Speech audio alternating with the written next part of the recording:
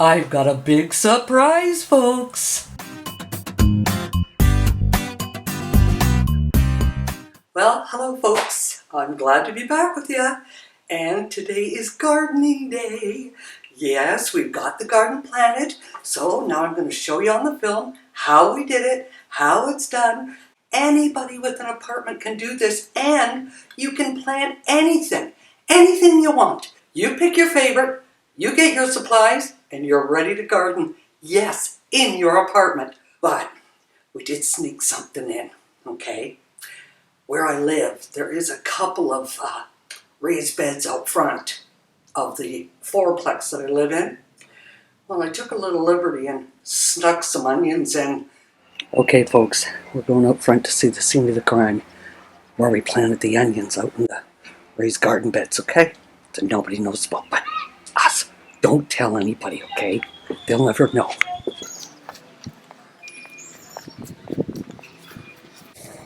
Now, these were already planted. They look like garlic. I'm pretty sure they're garlic.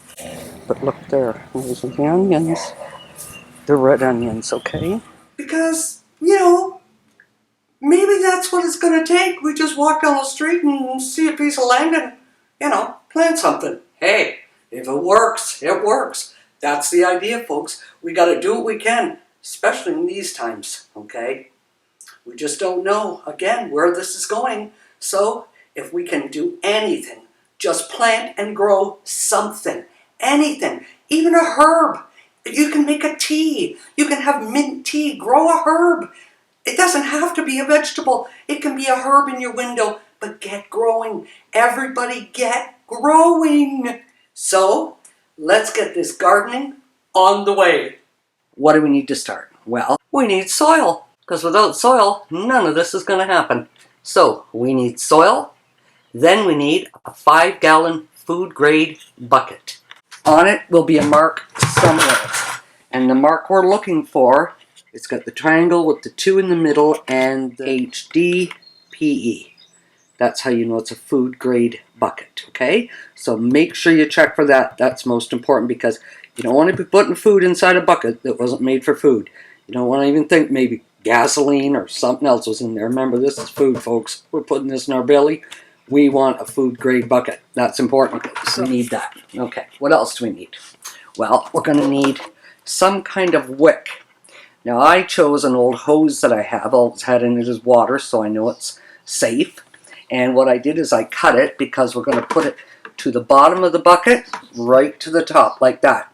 But we're actually, and if you see, I cut it on an angle because we don't want the hose to get stuck on the bottom, so if it's got angle, it won't get stuck right on the bottom because that's what we're going to use for our water in our bucket. Okay, so we got that. Just leave it in the bucket. Next thing we're going to need, we're going to need a drill because, of course, we're going to drill the hole in the side of the bucket where the water line is, and you'll see why in a little bit. Okay, so we've got our drill, teaspoon, and we're going to need a tablespoon, and get yourself a magic marker, a scoop for the soil to put in the bucket, and we need a watering can, preferably a can with a little spout, because we want that spout to be able to go inside the wick. And it will, because that'll fit just nice in there. We need a fertilizer, and we need some Epsom salts. That's it, folks. Those are the supplies we're going to be needing. So, let's go plant. Okay, so you see we've got the 5-gallon bucket. It says water, air, and soil. Now, the water line is where the water is going to come out. The air line is where we're going to have a 1-inch pocket of air. Okay, now I'm using that can to show you because I'm going to drill holes in the can, and we're going to have, the hole is going to be, the top of the can is going to be 1 inch from the top, so we've got a 1-inch air pocket. It's the most important part of this wicking process. You have to have that air pocket. So we drill a hole, it's about 1/4 of an inch, the hole, the size of the hole, and that's going to be the water line, where the water will come out. And then you'll see we're going to poke holes in the can, and the can goes in the bucket upside down. Okay? So That's where the water is going to go in the can. And we leave it 1 inch from the top. That's where the water is going to come out of the can. Okay? That's where the water will come out of the can. So you've got that 1 inch buffer of air. And like I said, this is the most important part of the wicking process, because if you don't have it, you're going to saturate the roots and drown them. This air pocket stops that from happening. That's how a wicking tub actually works. So the water will go, it'll fill up to that hole and then seep out. So you'll always have that 1 inch. Now we're going to fill the bucket with the cans. It'll take 11 of them. We put them in upside down. These are already pre-drilled. And this is just showing you how you do it. Okay? So if we put 11 cans in there, it's going to fit nice and tight. Not going to move around. They're all pre-drilled with holes at the bottom and a 1 inch hole from the top of the can in each of them. Now you can use any container. Okay? You can use that container. You can use that container. Doesn't matter. What matters is that water and air line. They're the most important, okay? So, we're going to use this container with pop cans in the bucket. All right, so what I got to do, I'm going to measure the can, the holes, so that they're the same as the can. Okay, that's all we need, because we want the water to go in and out at the same level. Doesn't matter what container, just has to be the same level. So the hole in that top, that can, that'll match that container. So now we're just going to drill that container all the way around with a whole bunch of holes. So the water will come out there at the top. It's going to come out.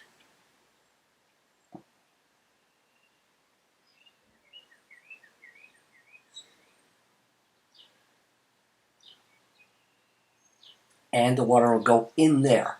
So it's going to go in the bottom and fill up to that line at the top and then start seeping out. So those holes are the same height as the cans that we're using.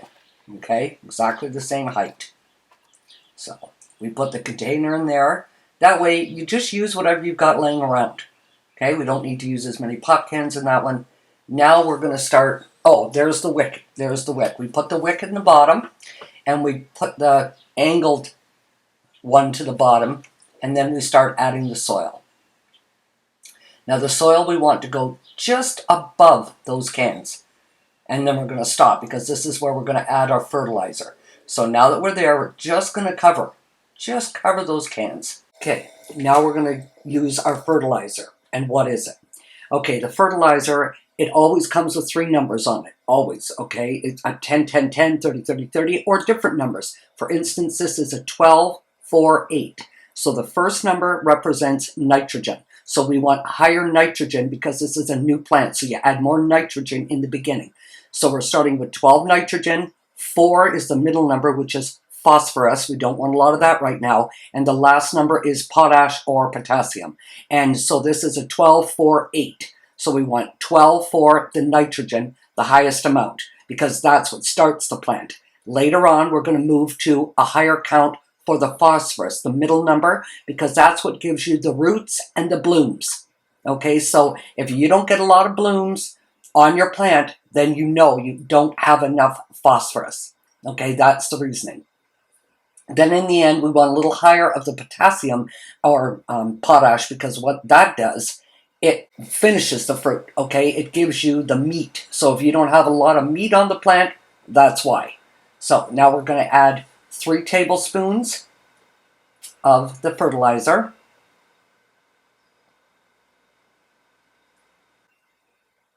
And then we're going to add 1 teaspoon of Epsom salts.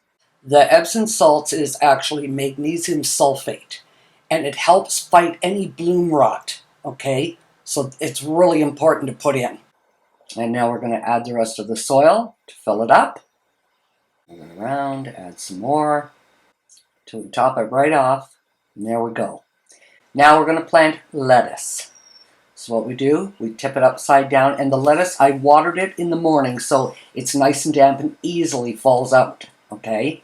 So then we pick it up and we just lightly shake it apart. We don't rip it apart, we shake it apart. And you'll see, we're going to end up with 4 to 5 different plants because they're all crunched in together right now in that little pot. So we just separate them easily. And then we dig down deep and we plant our first lettuce. There we go. It's planted. Now, after we get it all planted and it starts to grow, it's going to fill the whole top of that. So at any time I can go out and just pluck the leaves off and make a delicious salad. So we get it all planted in there. There we go. And that's how it's done. Add a little bit more soil to top it up. That's how we do it. Now, you can add any kind of containers that you want.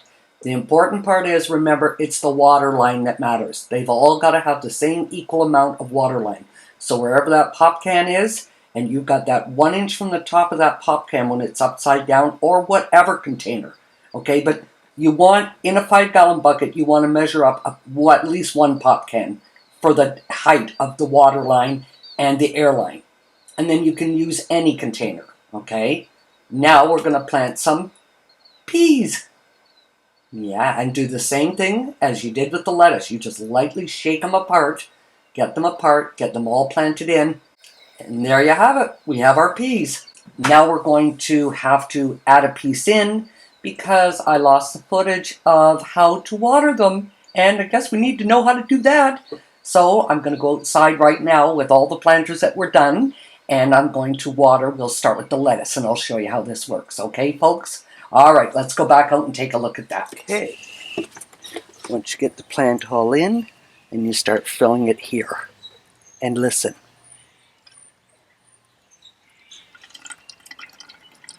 You can hear the water going in because it's empty in the bottom. We've got that 1 inch gap, remember? So, you fill it and fill it and fill it until, where's the hole? The water is seeping out of the hole. That's all I'm trying to show you there. So watch, I'll put more in and more will flow out because that's the overflow. That's leaving that 1 inch gap. Okay? Just keep adding more water and there you go. So that means the water has come to this level. We've still got that 1 inch air gap right there. Now the soil is there, so the soil down here is saturated. Up here, it won't be. It is right now because we just started it. But you'll see the water, the soil on top will dry out, but it'll always have a water feed in the bottom. So when you overfeed it, that's what happens. It just comes out the hole. But what it does do, it leaks out your fertilizer. So you don't want to really overwater it. I'm only doing this now just to show you as an example of how it works, okay? So, there you have it. That's your self-wicking tubs. And I've got lettuce done. We've got peas. We've got cucumber. And we've got patio tomatoes. So they're the ones that are going to grow lots and lots of little ones. So you just come out and pick them like a strawberry. But they're a tomato. So there you have it. Tomato, cucumber, peas, and lettuce. So as the garden goes on, I'll continue filming to show you how it grows as it grows. And we're going to tie up the cucumbers and we're going to tie up the peas because they're vines, which when I say tie them up, we're going to put sticks and some string in there so that they'll grow up the sticks and strings because we don't want them to grow down onto the bottom of the deck. Okay, folks. Now, I've got a big surprise. Yes. As soon as I'm done filming this, I'm on my way to see the chicks. And I haven't seen them for 2 weeks. Nope, 2 weeks. So I can't imagine how they've changed. Oh, I know they've changed. Yeah, they've changed, I'm sure of it. And it's, the stories I've been hearing are pretty funny. They're all getting their own little personality. So when I get there, and of course, I'm going to go out and get a bag of grass. And I'm going to take them their favorite, because I got to give them a treat. What kind of chicken farmer would I be if I just didn't give those chickens a treat? And it's not like they're not getting grass where they are, but they started here on my grass. They know that taste, because that's what they got when they were a baby. So, it's probably their favorite treat. So I'm not going to let them go without. I'm going to take a big bag of grass.